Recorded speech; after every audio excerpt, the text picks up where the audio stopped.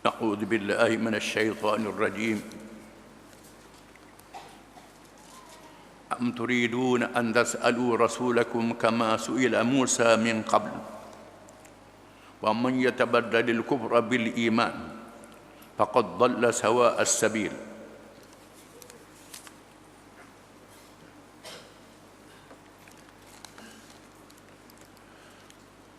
Maksudnya, adakah kamu pula hendak meminta dari Rasulullah SAW, Rasul kamu, sebagaimana diminta dari Nabi Musa AS oleh kaumnya dahulu? Dan sesiapa yang menukar iman dengan mengambil kekufuran, maka sesungguhnya ia telah sesat dari jalan yang lurus.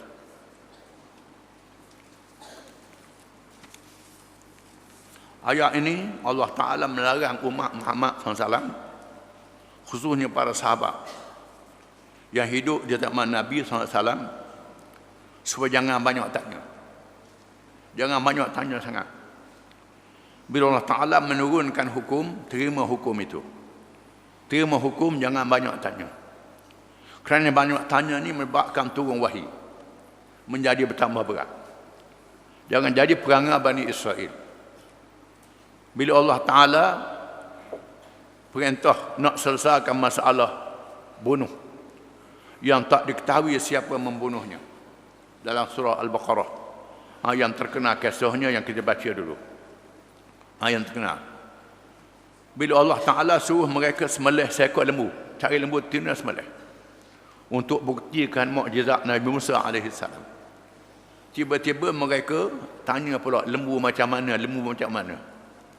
Padahal igaklah lembu mana-mana pun. Lembu betina igak, sembelih lah. Ni dok tanya, lembu macam mana, warna macam mana, sifat bagaimana, tanya. Ini perangai orang Yahudi. Lalu Allah menurunkan wahyu, maka ditambahkan bebanan kepada mereka. Allah Ta'ala melarang sahabat Nabi bertanya banyak kepada Nabi SAW. Bila Allah Ta'ala mewajibkan haji,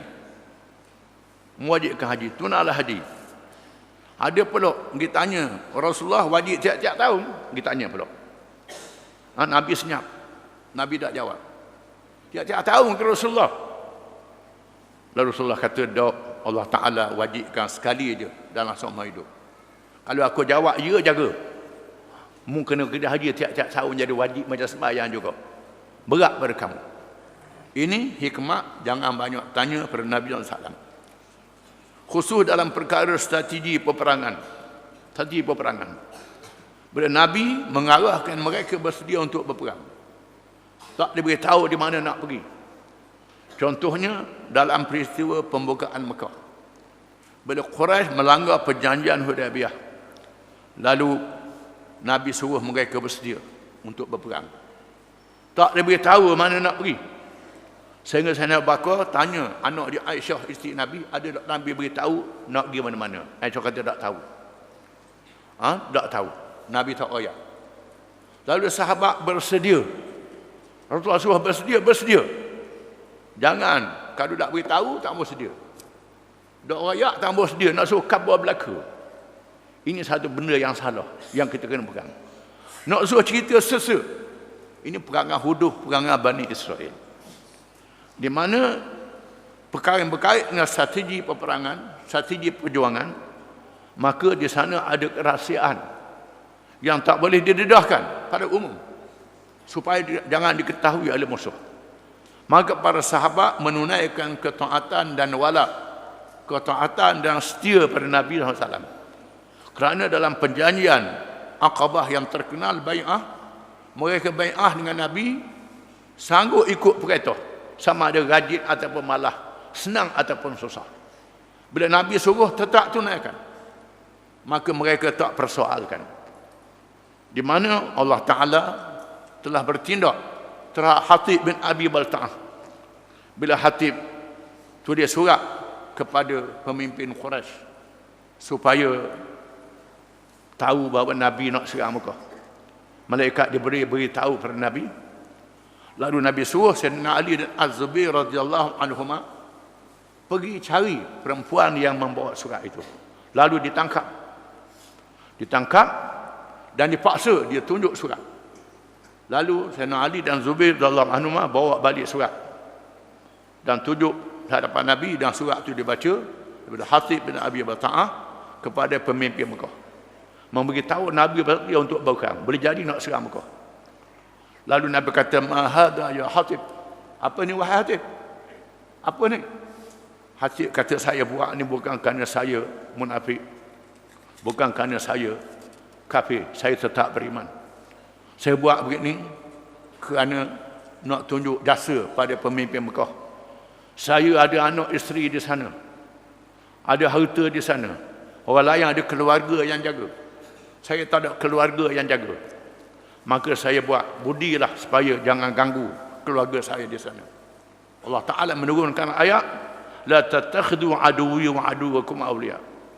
Jangan kamu ambil musuh aku dan musuh kamu sebagai wali-wali, teman yang diberi kepercayaan. Lalu Sayyidina Umar minta nak bunuh Hatib. Kita bunuh Hatib ni, Nabi kata jangan, dia ahli Badar. Dia ahli Badar. Allah Ta'ala sudah beri keistimewaan kepada ahli Badar. Ya ahli Badar i'malu ma syi'tum qad ghafartu lakum. Wahai ahli Badar, membuat apa pun aku ampun dosa kamu. Tak boleh bertindak di atas Hatib. Maka Hatib tidak diambil tindakan kerana keistimewaan yang beri pada ahli Badar. Menunjukkan bagaimana para sahabat radhiyallahu anhum taat dan patuh pada Nabi SAW.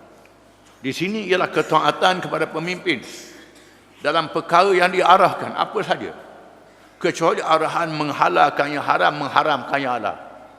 Pemimpin kata jangan sembahyang, pemimpin kata minum arak, benda yang haram. Ini jelas, kita tak boleh ikut pemimpin kalau macam ni, benda maksiat. Dan perkara yang tidak ada nah, perkara yang umum, hendaklah patuh pada arahan pemimpin. Ini penting. Sama ada kita tahu ataupun kita tak tahu, jangan tanya. Jangan tanya. Kalau tanya jadi masalah yang besar, jadi masalah yang membahayakan orang Islam, masalah yang menyebabkan Allah Ta'ala menurunkan bebanan yang lebih berat. Kerana Nabi bersabda dalam hadis-hadis yang banyak, supaya jangan banyak tanya dalam perkara yang diletakkan oleh Allah Subhanahu Wa Ta'ala. Jangan banyak tanya. Ini maksud. Adakah kamu hendak bertanya Rasul kamu Muhammad SAW sebagaimana ditanya akan Nabi Musa AS? Di mana Nabi Musa ditanya dan diminta oleh orang-orang Yahudi Bani Israel. Setelah Nabi Musa menerangkan tentang Tuhan, kewajipan percaya pada Tuhan, minta nak tengok Tuhan, nak tengok baru percaya. Kalau tak nampak tak percaya, mereka disambar oleh peti, disambar peti sehingga mereka mati dan dihidupkan semula. Disebut dalam Quran. Ini kerana mereka bertanya benda yang tak patut tanya. Tanya untuk engkar, tanya untuk lawan, ini lagi jahat. Tanya untuk menjatuhkan Nabi SAW, tanya untuk menjatuhkan pemimpin. Tujuan apa dia tanya? Nak berjatuh pemimpin. Biar dia tak boleh jawab soalan. Tak boleh jawab, menanda pemimpin itu bodoh. Aku pandai pada dia. Ini benda-benda yang mengarut, yang diajar oleh Allah Ta'ala.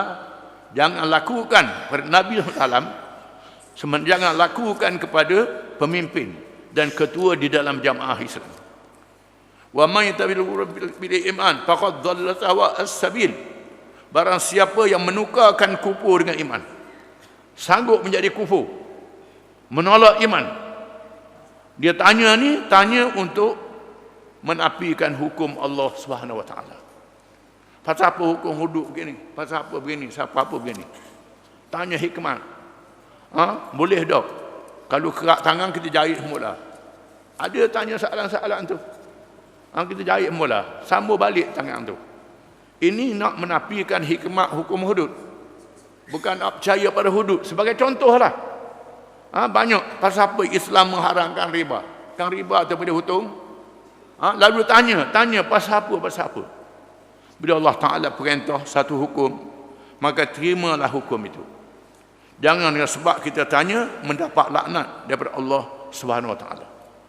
Orang yang paling celaka, yang paling dilaknat oleh Allah ialah mereka yang bertanyakan soalan-soalan menyebabkan orang ramai jadi sesat, jadi punah dengan sebab soalan-soalan dia. Ini mereka yang paling celaka, disebut dalam hadis-hadis yang banyak. Oleh kerana itu, kita kena jaga baik dalam masalah agama. Nabi sebut dalam hadis, apa yang aku suruh kamu ikut, apa yang aku larang kamu tinggalkan, sekadar kemampuan kamu. Sesungguhnya binasa umat yang lebih dulu daripada kamu kerana banyak bertanya dalam perkara hukum keputusan Allah SWT. Bertanya tujuan untuk engkar, bukan tujuan untuk melaksanakan hukum itu. Wallahu a'lam.